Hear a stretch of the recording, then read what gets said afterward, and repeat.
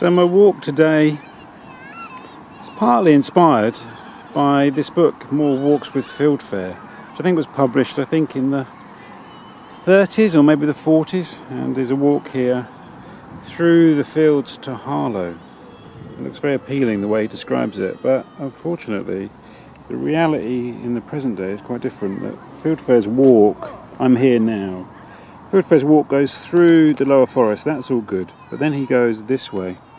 And of course it's all been messed up by the M25 here, and then also the North Weald airfield and the aerodrome.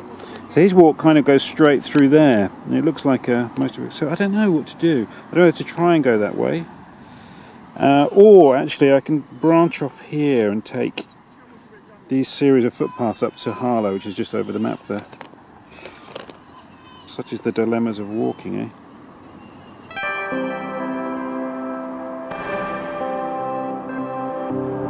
So where's this footpath?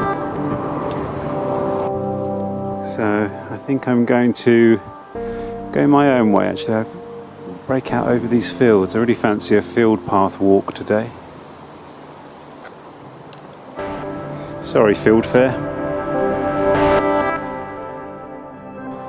I'm usually finishing walks in Epping. I don't think I've ever started a walk in Epping and walked out over these fields. I've looked at it a number of times but never got around to doing it for some reason. So today feels like a good time to do it. That's why I'm not doing the Fieldfare walk, because it goes through the lower forest and then you could just end up walking alongside the M25. Whereas this view over here, over these fields towards Harlow, is very enticing. The thing is, if you've watched a few of these videos, you'll see I have a kind of odd relationship with Ordnance Survey maps, in that I love looking at them. Just can't seem to fathom which way they're telling me to go. So who knows? It's about 4 o'clock in the afternoon, and it's sun setting around 8 o'clock now, 8:15. So I'll end up somewhere, hopefully in the direction of Harlow, but who knows? I could end up in Loughton or back in Epping. Anything's possible. I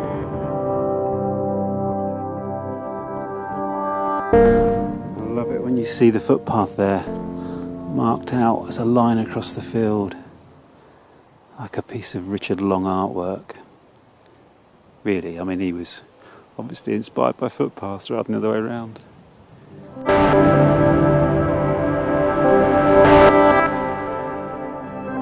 It's amazing really that just 20 minutes on the tube from Leytonstone, you're plunged into real countryside, kind of classic English chocolate box countryside. Well, chocolate box countryside with pylons. I love the pylons.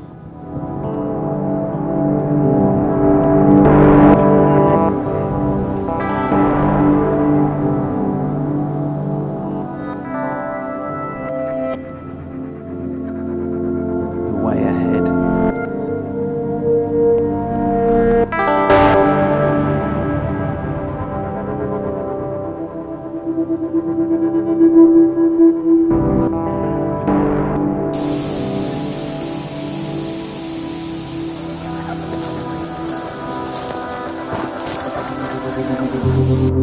Look how cracked the earth is here.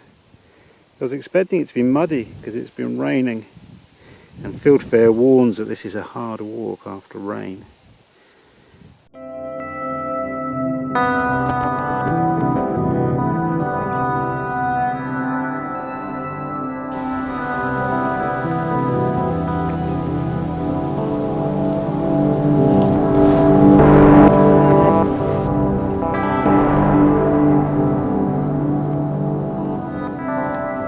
High above the fields.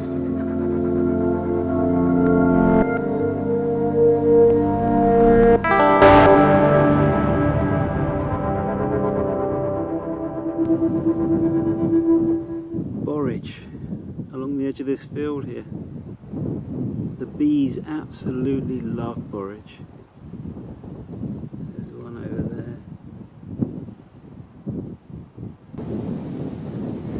Well, the footpath here seems to be pointing across the field, which doesn't seem right. I think I'm going to carry on going along the edge of the field.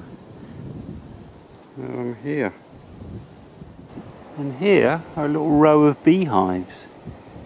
I don't want to get too close. Just sat here on the edge of the field with the borage.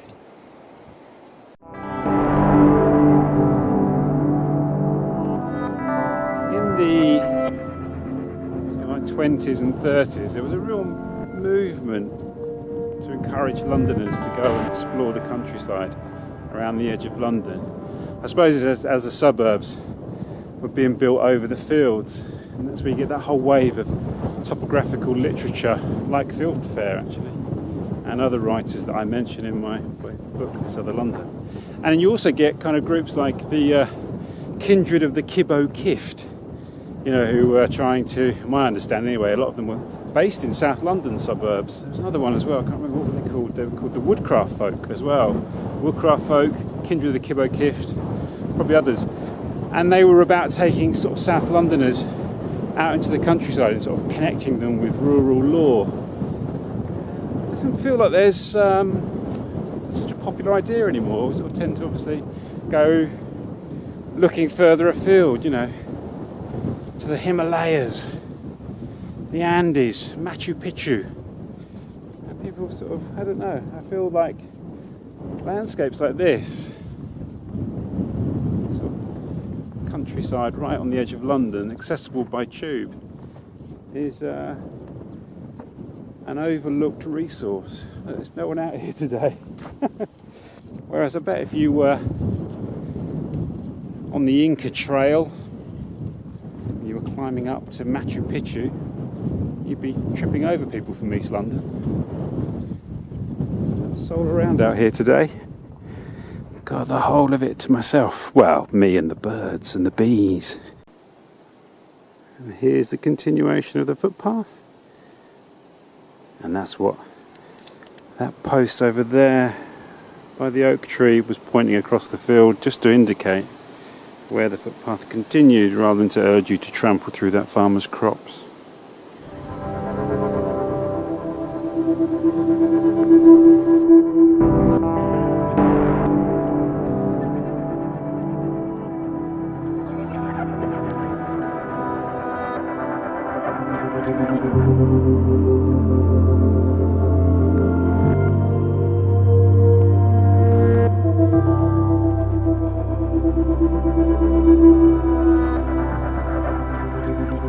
Broken stems of corn. These can be really quite vicious if you attempt to walk across a field like this in shorts. Had my shins lacerated when doing that in Suffolk once. I emerged from the field with blood running down my legs. Must treat the harvested corn with respect.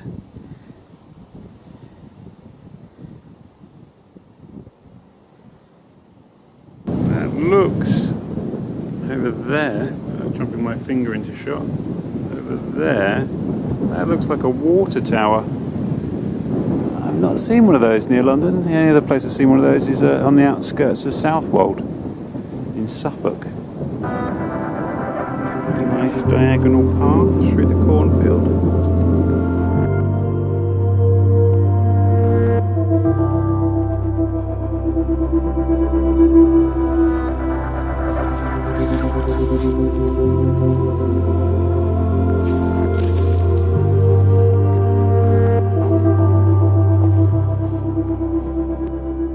Here's a good indication of how often used this footpath is coming out of that cornfield.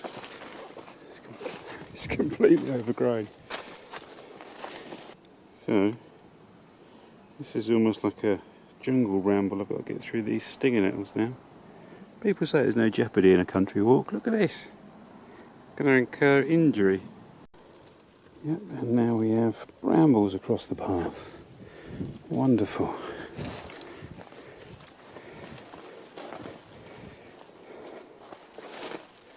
Look at that. That beast is right across the footpath.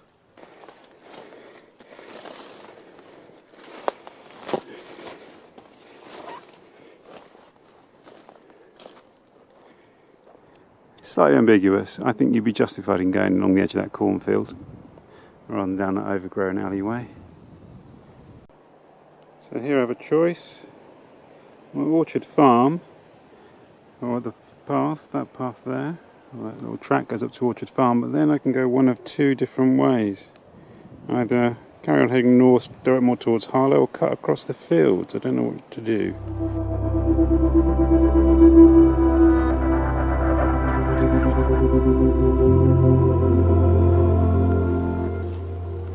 So that gentleman was saying this was originally the old London road, this track. And here's the milestone here underneath this tree.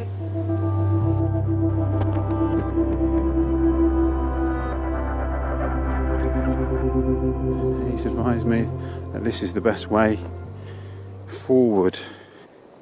I have this little bridge here into a cornfield. Oh, look at this. And onwards towards Harlow.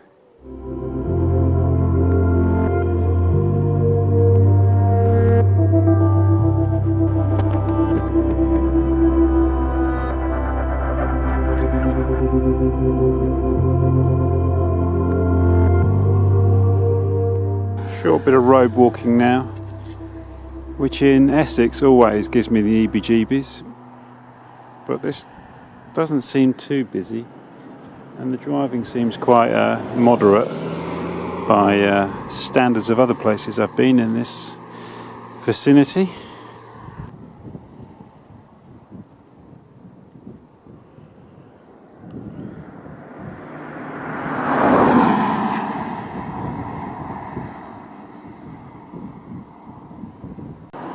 So that hole in the hedge there, on the other side of the road, would appear to be the footpath. And this is absolutely delightful. And there's the footpath. Wow. This is really beautiful here. I know I've said that probably about 28 times today, but I make no apology for that.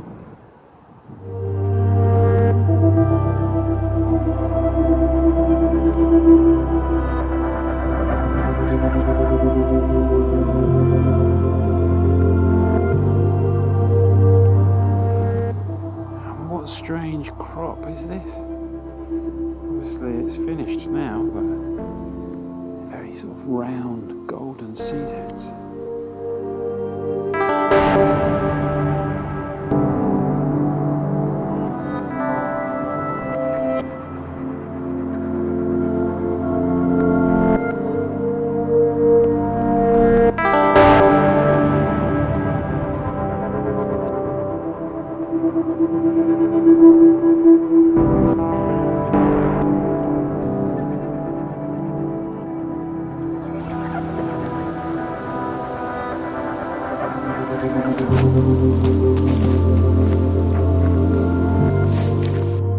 And look at that perfectly straight footpath across the field to that wood on the far side.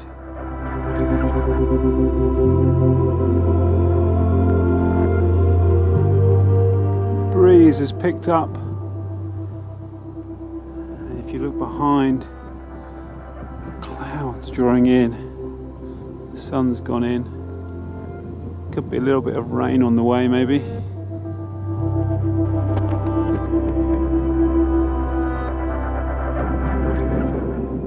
An enormous cornfield there. I'd have loved to have seen that before it was harvested. And my path carries on here. It's completely clouded over now. It's about 6 o'clock, I think, slightly afterwards. And I think I'm not far from the edges of Harlow now. I love these big open eastern skies that you get once you hit the edge of London to the east. Something quite necessary about them when you live in the city as we do.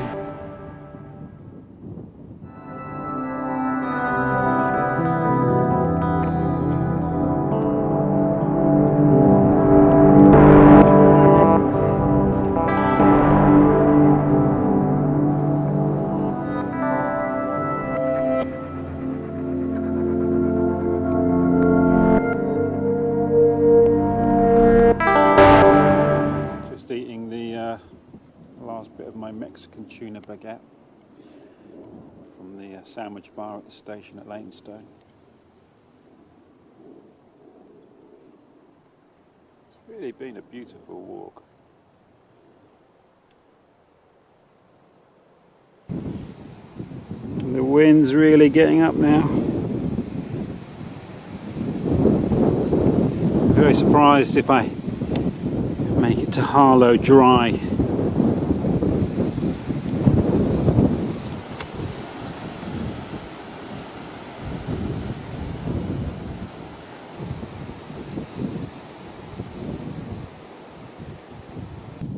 I wonder if there's ever been any crop circles out here.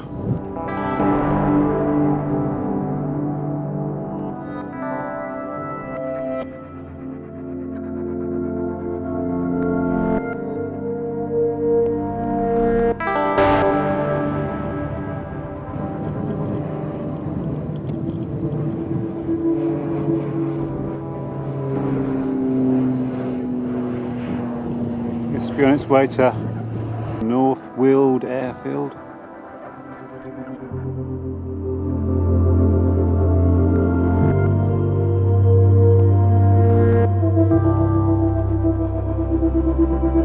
Holding this ear of corn here makes me think of Andrew Cotting, the great filmmaker and artist Andrew Cotting, dressed as the Straw Bear, as he is in his film By Ourselves, when he recreates the walk with Ian Sinclair from Epping, where I started today, out to Claire's hometown, which I think is in Peterborough, I think, Northamptonshire.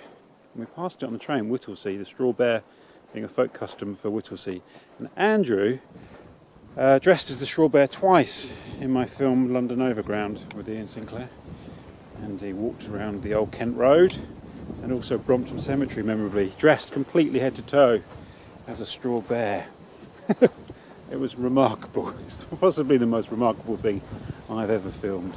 I think exiting this field along here will bring me close to the sort of the fringes of Harlow, so I may not have many more fields to cross, which is a little bit sad, but it's been such a lovely walk. I can hardly complain, really. Never been to Harlow. No idea what to expect. Can't say I've heard good things.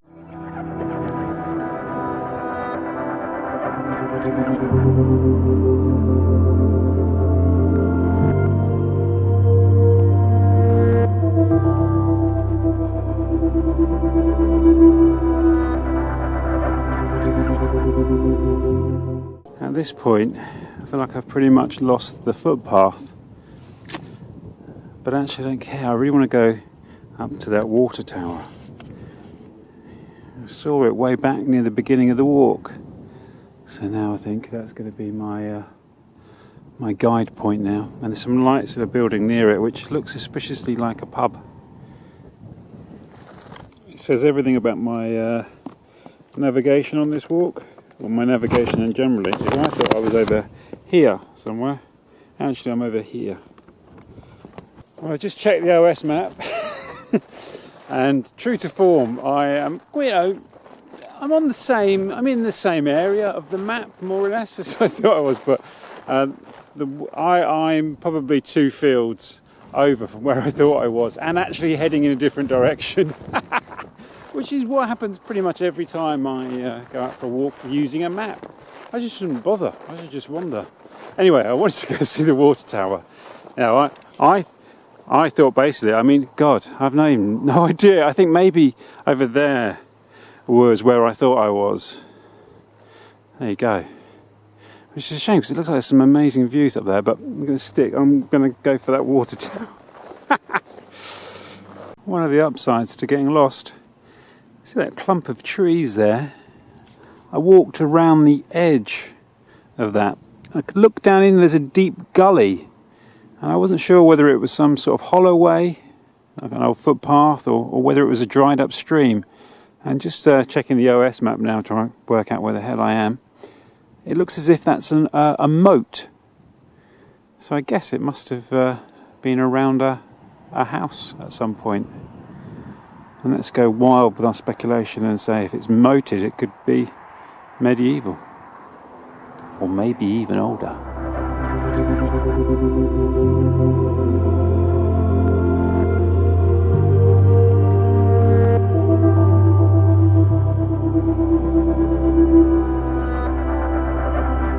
And there, in the gloom, you can see Harlow, sitting in what I guess is the Stort Valley.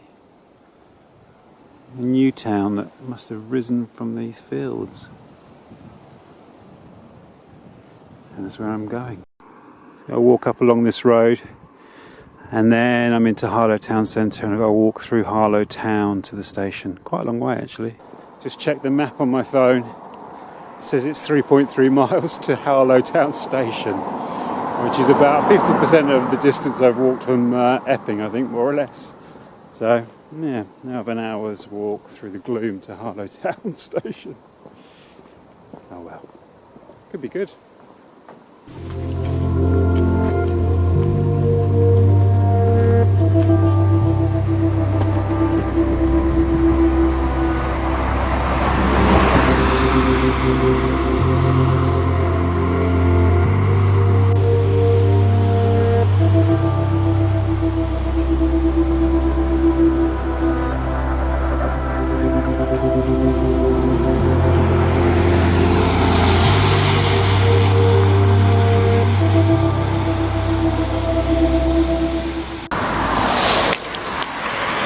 So I've spent the last hour navigating my way across Harlow in the rain.